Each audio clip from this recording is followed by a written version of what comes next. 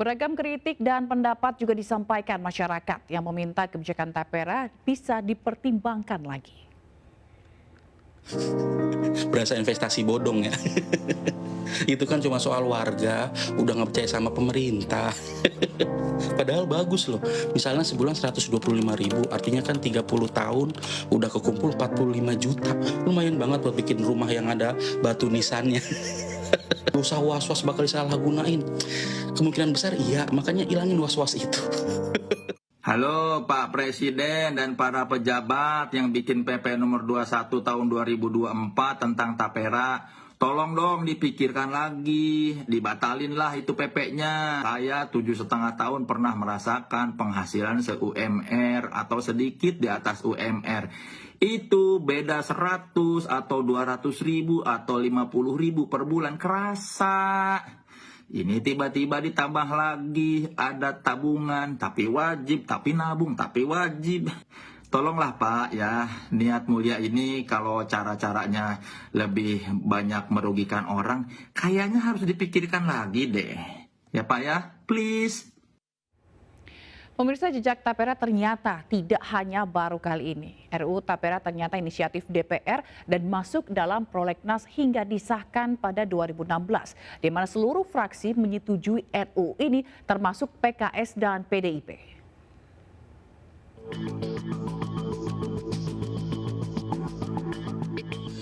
Masyarakat terus menolak diberlakukannya Tapera yang akan memotong pendapatan mereka 2,5 hingga 3%.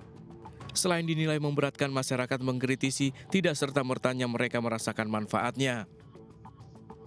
Terlebih harga rumah yang terus naik tak terkendali. Alih-alih menjaga stabilitas harga properti sebagai kebutuhan, pemerintah malah meminta masyarakat gotong royong, sementara pejabat saja dalam LHKPN-nya memiliki sejumlah rumah dan bangunan yang menyebabkan rumah bukan lagi sekedar kebutuhan, melainkan tingginya permintaan. Bahkan Komisioner BP Tapera Heru Pujonugroho memiliki total kekayaan 6,7 miliar rupiah, terdata dalam LHKPN memiliki 8 tanah dan bangunan. 4 anggota Komite Tapera, Basuki Hadi Mulyono yang juga Menteri PUPR, Sri Mulyani yang juga Menteri Keuangan, Ida Fauziah Menteri Tenaga Kerja, dan Fredrika Widiasari, anggota OJK, masing-masing memiliki lebih dari 5 tanah dan juga bangunan. Dalam sidang paripurna, anggota DPR meminta pemerintah membatalkan Tapera. Mendesak pemerintah membenahi carut-marut tata kelola BP Tapera, dan sebelum itu semua dibenahi pimpinan izin, saya menyatakan mendukung untuk pembatalan dan penundaan Peraturan Pemerintah Nomor 25 Tahun 2020 junto Peraturan Pemerintah Nomor 21 Tahun 2024 tentang perubahan atas Peraturan Pemerintah Nomor 25 Tahun 2020 tentang tabungan perumahan rakyat. Namun mungkin anggota DPR lupa saat menjadi RUU Tapera tahun 2014 lalu, RUU ini merupakan inisiatif DPR di mana seluruh fraksi menyetujui, sementara pemerintah kala itu menolak Tapera karena potongan yang memberatkan. Dari Jakarta, Tim Liputan iNews melaporkan. Sementara itu pemirsa, terkait temuan BPK yang menyatakan 124.000 lebih pensiunan peserta Tapera belum mendapat pengembalian dana pada tahun 2021, Badan Pengelola Tapera BP Tapera menyatakan telah mengembalikan dana tersebut sesuai dengan rekomendasi BPK kepada peserta atau ahli warisnya.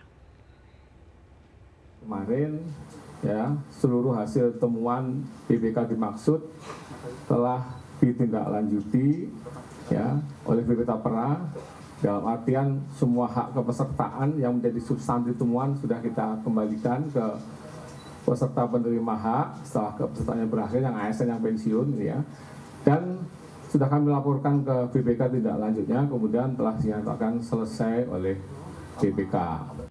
Pemerintah melalui Korlantas Polri akan memberlakukan jaminan kesehatan nasional sebagai syarat mutlak pembuatan surat izin mengemudi. Kebijakan ini akan diuji coba per 1 Juli 2024 mendatang. Polri akan memberlakukan aturan BPJS Kesehatan sebagai syarat pembuatan dan memperpanjang masa berlaku SIM A, SIM B, dan SIM C. Ketentuan ini akan diuji coba mulai 1 Juli hingga 30 September 2024 di 7 provinsi termasuk DKI Jakarta. Sampai saat ini terdapat 63 juta masyarakat yang tercatat JKN-nya tidak aktif dari 270,4 juta peserta. Hal ini menjadi sorotan dan menimbulkan tanggapan yang berbeda dari masyarakat. Agak sedikit berat bagaimana dengan yang istilahnya tidak mandiri, yang di-cover dengan pemerintah segala macam. Ya karena saya ada ya saya nggak ada masalah gitu loh. Tapi secara keseluruhan sih menurut saya agak sedikit berat ya buat masyarakat ya. Perusahaan yang sekarang tuh nggak nanggung BPJS, jadi aku mandiri gitu, cuma belum aku bayar gitu. Udah gitu kan, namanya orang mau buat SIM itu kan bisa jadi kepentingan orang kan, buat dia berkendara kayak gitu kan. Cuma kalau misalkan BPJS syarat utamanya, kalau aku sih kurang setuju ya, karena kayak dipersulit aja gitu ngerasanya. Pemirsa, permintaan tambahan anggaran tahun 2025 sebesar 25 triliun rupiah membuat rapat kerja Komisi 10 DPR RI dengan Mendikbudristek diwarnai protes dari anggota Dewan.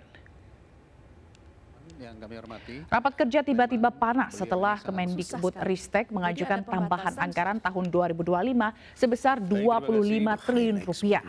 Tambahan anggaran diajukan karena pagu anggaran Kemendikbudristek tahun 2025 turun 15 triliun dibanding tahun 2024. Anggota Komisi 10 bergantian melontarkan kritik. Salah satunya Ferdiansyah yang mengkritisi kinerja Humas Kemendikbudristek yang dinilai kurang dalam mengelola media digital Kemendikbudristek. Puncaknya, Anita Jakoba gah emosi mengkritisi penggunaan APBN di Kemendikbudristek. Pendidikan tinggi, penerapan kampus merdeka ini saya melihat bahwa kita ambilkan rekomendasi kepada KPK, periksa APBN yang ada di Kemendikbud.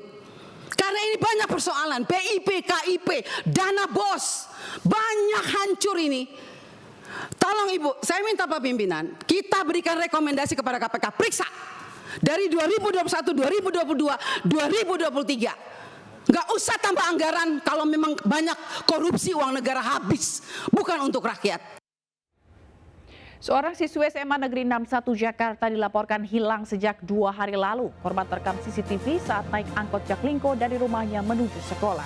Selengkapnya sesaat lagi.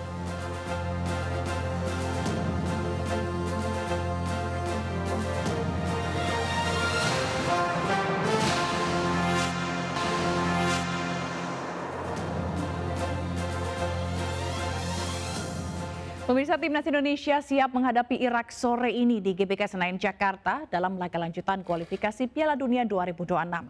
Supporter Timnas Indonesia yakin bisa memenangkan laga. Dan berikut laporan dari Faisal Rinaldi dari GBK Senayan, Jakarta.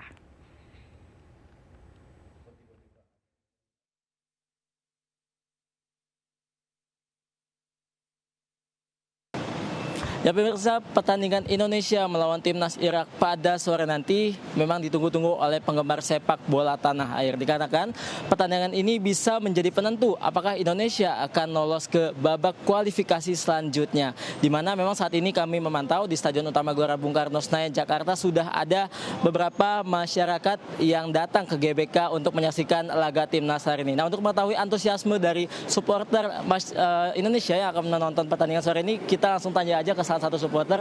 Halo Mas. Halo, selamat siang Mas. Prediksi hari ini Mas? Kalau prediksi sih, kalau melihat dari komposisi pemain timnas sekarang kayaknya bisa sengit ya melawan Irak ini. Soalnya kan timnas sekarang lagi panas-panasnya Mas. Jadi di pertandingan kali ini semoga bisa menang dengan prediksi 2-0. Oke, baik Mas, terima kasih. Semoga timnas menang. Ya pemirsa, memang laga timnas Garuda pada sore ini akan menjadi penentu apakah Indonesia bisa menang lawan Irak atau tidak. Demikian pemirsa, dari Jakarta, Faisal Rinaldi, Seto Pratomo Anyus melaporkan. Seorang siswa SMA Negeri 61 Jakarta dilaporkan hilang sejak 2 hari lalu. Korban terekam CCTV saat naik angkot Jaklingko dari rumahnya menuju sekolah.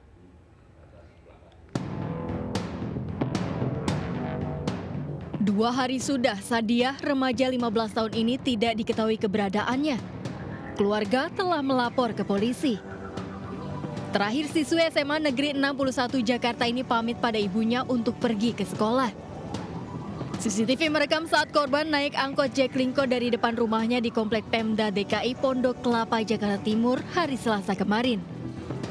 Sang ibu mulai curiga saat Sadiah tak kunjung pulang hingga malam hari. Handphone korban tak bisa dihubungi.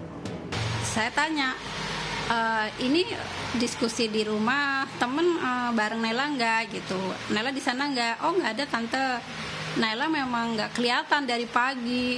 Dari situ saya langsung udah shock aja gitu. Aduh, biasanya kalau dia mau izin pasti bilang, tapi dia nggak pernah bolos, katakanlah nggak pernah bolos gitu. Tim Liputan iNews melaporkan. Kalangan investor menolak diterapkannya papan pemantauan khusus Full Call Action atau FCA. Penerapan Full Call Action dinilai pengamat pasar modal berpotensi menimbulkan ketidakstabilan pasar dan menimbulkan efek negatif bagi pasar saham di Indonesia.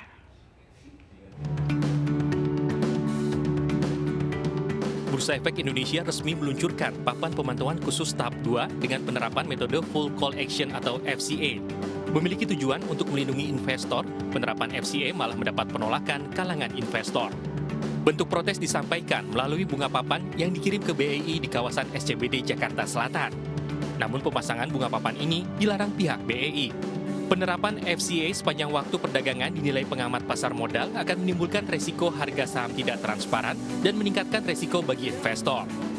Karena sebenarnya utak-atik aturan perdagangan itu kan sebenarnya kita tahu tujuannya adalah meningkatkan likuiditas ya atau kayak RNTH, rata-rata nilai transaksi harian, kemudian menurunkan volatilitas, kemudian membuat transparan ya, menghilangkan asimetri informasi, kemudian membuat harga informatif, kemudian membuat biaya transaksi rendah, dan jangan lupa satu hal yang juga harus diperhatikan, tujuan dari utak-atik perdagangan yang ada di dalam referensi literatur adalah untuk membuat investor itu bisa mendapatkan keuntungan. Nah, kelihatannya ya banyak sekali di antara tujuan-tujuan itu yang tidak terpenuhi dengan diberlakukan FCA. Sejumlah negara sebenarnya telah menerapkan FCA, namun penerapannya berbeda dengan Indonesia. Di negara lain, penerapan FCA menggunakan waktu terbatas, yakni pada pre-opening dan pre-closing. Tujuannya adalah untuk mengurangi dampak negatif pada pasar dan memberikan waktu bagi investor untuk melakukan penilaian harga yang lebih baik. Dari Jakarta, Heru Triyuniarto, iNews melaporkan. Pemirsa, jangan lewatkan laga Timnas Indonesia melawan Irak di GBK Senayan, Jakarta sore ini dalam laga lanjutan kualifikasi Piala Dunia 2026 live di RCTI pukul 16 waktu Indonesia Barat. Dan kami akhiri jumpa kita siang ini. Saya Fazilah Kairunisa bersama tim yang bertugas pamit undur diri. Tetap semangat dan sampai jumpa.